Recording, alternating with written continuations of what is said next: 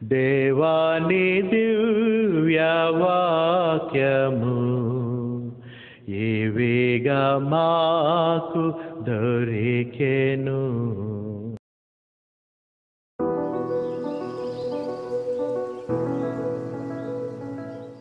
మనం వ్యక్తిని ఒకడు ఒక చోట ఒక పనిని చేస్తున్నప్పుడు అది మనకు అభ్యంతరకరంగా ఉన్నప్పుడు ఆ వ్యక్తి మీద విరోధం పెంచుకోవద్దు.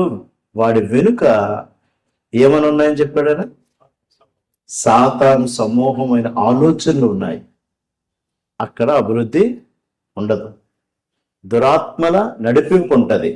కాబట్టి ఆ వ్యక్తి మీద పెట్టుకోవద్దు. ఆ వ్యక్తి అనుకున్న ఆలోచనలే దాన్ని పాడు చేయడానికి నడిపిస్తాయి. కాబట్టి మనం ప్రార్థన చేయవలసింది శరీరానుసారులతో కాదు, వ్యక్తుల గురించి కాదు. దాని వెనుకున్నటువంటి దుర్మార్గపు ఆలోచనలు తీసివేయాలని ప్రార్థన చేయాలని మాకు చాలా మంచి లెసన్ మొన్న మనకు నేర్పించాడు ప్రసన్న దేవిరావు గారు. బైబిల్ క్లాసెస్లో ఉన్నవాళ్ళు అయితే మేము అందరం నేర్చుకున్నాం అది. సో మనం కూడా ఇప్పుడు ప్రార్థన, ఎవరైనా ఒక వ్యక్తి ఉంటే ఆ వ్యక్తి వెనుక ఉన్న దురాలోచనల మీద మనం ప్రార్థన చేయాలి. వ్యక్తి మనకు విరోధి కాదు, అవి అపవాది అతన్ని నడిపిస్తున్నాడు. అపవాది ఆలోచనలు ఆ నడిపింపు కారణం. అది డౌన్ఫాల్ అవ్వడానికి దానికి అపవాది క్రియలు, ఈ వ్యక్తిని అపవాది వాడుకున్నాడు. ఎందుకంటే అతని మనస్సు ప్యూరిటీ లేదు కాబట్టి. మనసులో ప్యూరిటీ లేనప్పుడు దగ్గరికే దూరతాడు సాతాను.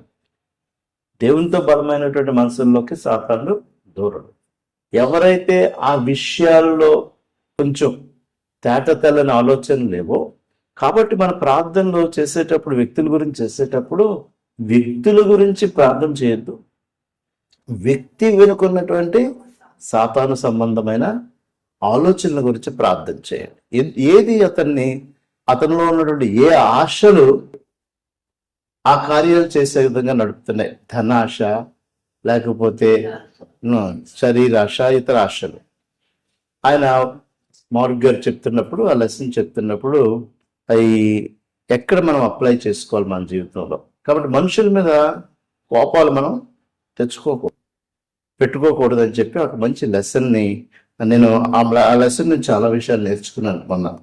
నేర్చుకున్నప్పుడే నేను మనం ఏం చేస్తామంటే కొందరి గురించి ప్రార్థన చేయలేం, చేయమన్నా ప్రార్థన చేయడం రాదు. అలాంటి సందర్భాల్లో ఆయన ఏం చెప్పాడంటే ఆ ప్రసంగంలో, ఆ వ్యక్తితో నువ్వు ఎందు నిమిత్తం ఏకమత్వం రావట్లేదు అనేటువంటి విషయం ఉంటే దానికి నేను ఎక్కువగా కారణమైతే నన్ను క్షమించు అనే మన గురించి ప్రార్థన చేసుకుంటే సమాధానం ఏర్పడుతుంది అనేటువంటిది ఆలోచన చేసినప్పుడు మనం దేనికన్నా మన జీవితంలో దేవుడు ఆశీర్వాదాలు మనకు అనుగ్రహించాలి అంటే, ఇప్పుడు మనం ఎవరినన్నా దర్శించాలి. పలానా ఊర్లో ఒకరు మనకు బాగాలేదు, విజయ ఆంటీకి బాగాలేదు, హాస్పిటల్లో పెట్టారు. 2 రోజుల నుంచి నా మనసు వెళ్ళి ఏం చేయాలని చెప్పి ఆలోచన చేసుకుని సాల్మన్ అంతా ఒక ఆలోచన చేశా. ఎందుకంటే ముందు ప్రార్థన మొదలు పెట్టాలి అంటే ముందు నేను వెళ్ళొచ్చి ప్రార్థన మొదలు పెట్టాలి. ఆయన ప్రార్థన స్టార్ట్ చేశాను, కానీ నేను దర్శించి ఆ ట్రీట్మెంట్కి కావాలి అని సుమారు 30 సంవత్సరాలు చాలా మనసారా హృదయం లోపల నుంచి నేను విజయ ఆంటీని ప్రేమించాను. అసలు ఏది వచ్చినా కూడా 100% కూడా తన చేతిలో ఒక పెన్ని కూడా ఖర్చు పెట్టుకోకుండా నేను ఒక కొడుకు కన్నా ఎక్కువ చూసుకున్నాను. కానీ ఎప్పుడైతే తనకి అనారోగ్య పరిస్థితులు వచ్చినాయని నిన్న తెలిసిందో నా మనసు చాలాసార్లు గుర్తురావడం మొదలుపెట్టాను. ఇప్పుడు నేను చేయవలసింది ఏంటి? తను తప్పకుండా పరలోకానికి వెళ్ళినప్పుడు నేను ముందే తనని నా ప్రేమను చూపించగలడానికి ఒక అవకాశం కావాలి అనేటువంటి ప్రార్థన మనం చేయాలి. అది నేను ఎగ్జాంపుల్ అంటే చెప్పాను, కానీ మన అందరి జీవితాల్లో కూడా ఉంటారు అలాంటి పరిస్థితుల్లో కొందరు. అలా మన పరిస్థితుల్లో ఉన్నటువంటి వాళ్ళు మనం జ్ఞాపకం చేసుకున్నప్పుడు, మనం ఆ ఇంటి వైపు వెళ్తామన్నప్పుడు ఇంటిని దాటి కూడా వెళ్ళకూడదు. అనారోగ్యంగా ఉన్నటువంటి వాళ్ళు మనకు జ్ఞాపకం వస్తే ఆ ఊరు వెళ్తే ఆ ఊర్లో వారిని దర్శించి కూడా దాటకూడదు. అది యేసు క్రీస్తుని కలిగిన మనసును మీరును కలిగి ఉండండి. దీంట్లో ఎగ్జాంపుల్స్ ఏంటి అని మనం పెద్ద ఎత్తుకోకర్లా. దేవుడు చెప్తున్నటువంటిది ఇక్కడ చూపించినటువంటిది, మనసు లేనోడు కూడా మనసు మార్చుకుంటాడు పదే పదే మనం వారిని కోరితే.